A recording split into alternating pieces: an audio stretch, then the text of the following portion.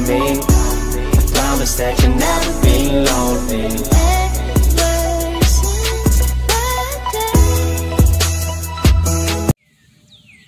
Hi, and welcome, my Equina syndrome warriors, family, friends, loved ones, spouses, and anyone in between. All are welcomed here.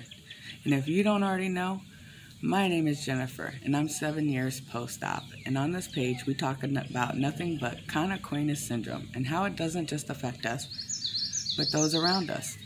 So, today's subject, if I don't get this taken down for this subject, I'm going to try to talk about some things that helped me through this time sexually. And I'm going to have to use words that I know I'm not going to get banned for, so stay with me. Everybody in Equina syndrome, nerves are different. So what I might be experiencing, I'm not saying the next person's experiencing. I'm just saying this is what I experienced, and this might be able to help you. So, let's get into this embarrassing topic. So if I blush more than a few times, take it easy on me. Alright, here we go. I have noticed out through my Equina syndrome, and especially at the very beginning, that I had problems sexually with my partner. On me feeling certain ways in the inside and on the outside and mentally. And it was very hard for us both. He thought all the time that he was going to hurt me. And in my head, I didn't want to hurt his feelings because I couldn't feel what I used to feel. It wasn't that I wasn't into him. It was just everything's all weird down there now. So I had to figure it out. Ways to try to figure it all out. And this is what I had come up with. There's certain things that you can get that can help. There is, for women, I know for a fact, there are lubricants that will warm and bring more blood down there, and it helps.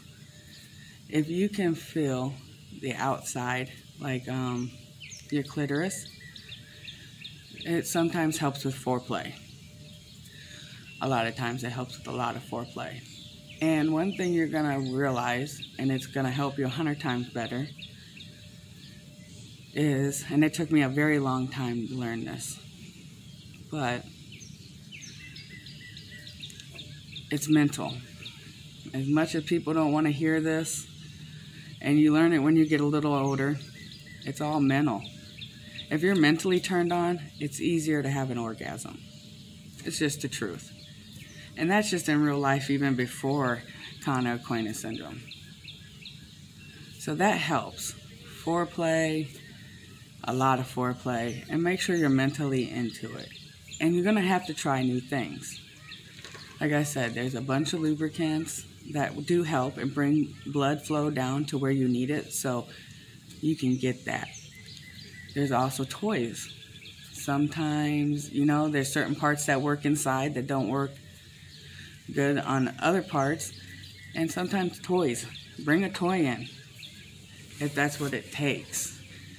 But it takes a lot of understanding and a lot of communication. If you don't have communication and understanding with your partner, you're going to feel like you have to give all the time, and it gets tiring, believe me. You're going to have to sit down with your partner and either, ooh, that is a gnat, either give them this video to watch so they have a little bit of better understanding about the whole situation, excuse me, and see where they stand right then and there. You'd be surprised on how understanding people can actually be if you just sit back for a second and talk with them, especially your spouse. You're going to have to figure out all over again what turns you on. You're going to have to figure out, you know, heat. Heat lubes might work for you also. That also brings the blood down. And there's other things also. Eggs, vibrating eggs. Those work during intercourse. But it's really all comes down to being mental. You have to be able to get turned on mentally, and that takes a lot. But once you get there, your sex life ain't that bad. It's pretty great, actually. It's just you got to learn everything all over again. And it's going to be frustrating. And it's going to be embarrassing at times. And sometimes you might leak a little urine out. And that's embarrassing. But that's part of having Cauda Equina syndrome. You just got to roll with the punches, even in the bedroom. And if your spouse loves you and understands, it ain't going to matter. All that's going to matter is that the personal intimacy, and goodness, I can't speak today. All that's going to matter is that you two are together. And that you guys are loving each other and you're spending time with each other. You just got to find out what works for you.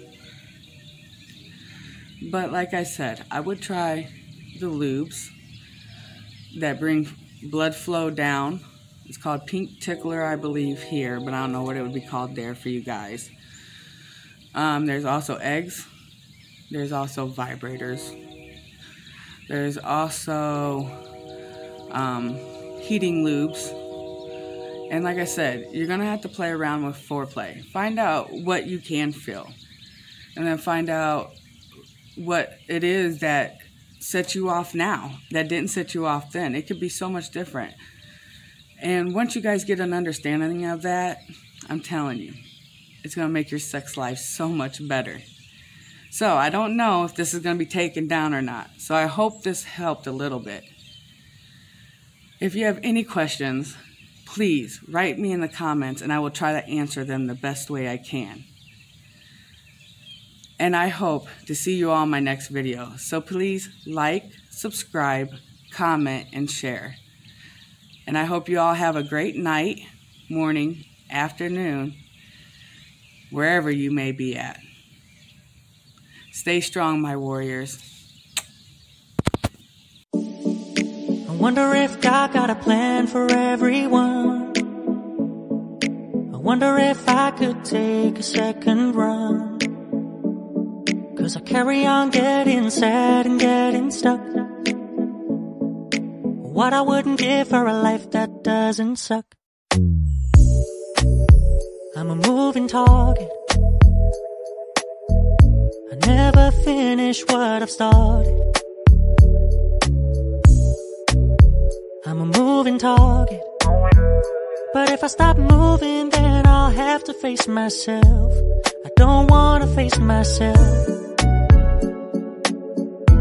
I don't wanna face myself.